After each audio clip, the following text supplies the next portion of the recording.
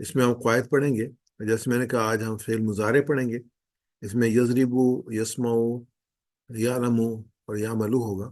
انشاءاللہ ہم پڑھیں گے. ہماری ترتیب یہ ہے کہ ہم انشاءاللہ اس میں ساتھ ساتھ ریویژن کرتے ہیں تاکہ ہم ریفریش کرتے رہیں اپنی اس کو، اور اس طریقے سے آسانی رہتی ہے اس کو یاد رکھنے کے لیے بھی ہے، اور جو ہے وہ زیادہ سٹریس بھی جنریٹ نہیں ہوتا. اگر آپ نے نہیں بھی کیا ہوتا تو اس کو آپ کو ساتھ لے لیا جاتا ہے.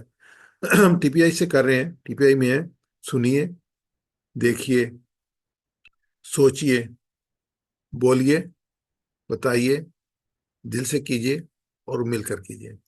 اس میں اسٹریٹجی یہ ہے کہ اس میں جب ہم دیکھتے بھی ہیں، سنتے بھی ہیں، بولتے بھی ہیں، تو یہ ہماری جو صلاحیتیں ہیں یہ ساری اکٹھی ہو جاتی ہیں.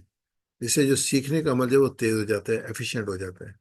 تو آپ خود جو ہے وہ ماشاءاللہ سب پڑھے لکھے لوگ ہیں، تو آپ کو پتہ ہے کہ جو چیز لکھ کے سیکھی جاتی ہے وہ دیر تک جو ہے وہ یاد رہتی ہے. جو زبانی بول کے سیکھی جاتی ہے اس کی تھوڑی سی اس سے کم ہوتی ہے. اور جو صرف دیکھے جاتا ہے یا وہ جو اس کے بہت سننے کی بھی پوزیشن جو ہے وہ دیکھنے سے زیادہ بہتر ہوتی ہے. تو یہ ہے کہ مل کے کیجیے. تو جو کلمہ ہے اس کی 3 قسمیں ہیں: اسم ہے، فعل ہے اور حرف ہے. اس کے بعد فعل میں ہم پڑھ رہے ہیں، اور فعل میں جو ہے وہ فعل 3 الفاظ سے بنتا ہے بیسیکلی. جیسے فے، عین لام، فعل، فتح، نصر، ضربہ. تو یہ 3 الفاظ سے بنتا ہے. اگر اس میں کوئی ایک لفظ جو ہے وہ کمزور لیٹر آ جائے، کمزور لیٹر واول ساؤنڈ ہوتے ہیں، جیسے انگلش میں اے ای آئی او یو، عربی میں ہوتی ہے الف، واو اور یا، تو اس وقت ہم کہتے ہیں یہ فعل کمزور فعل ہے.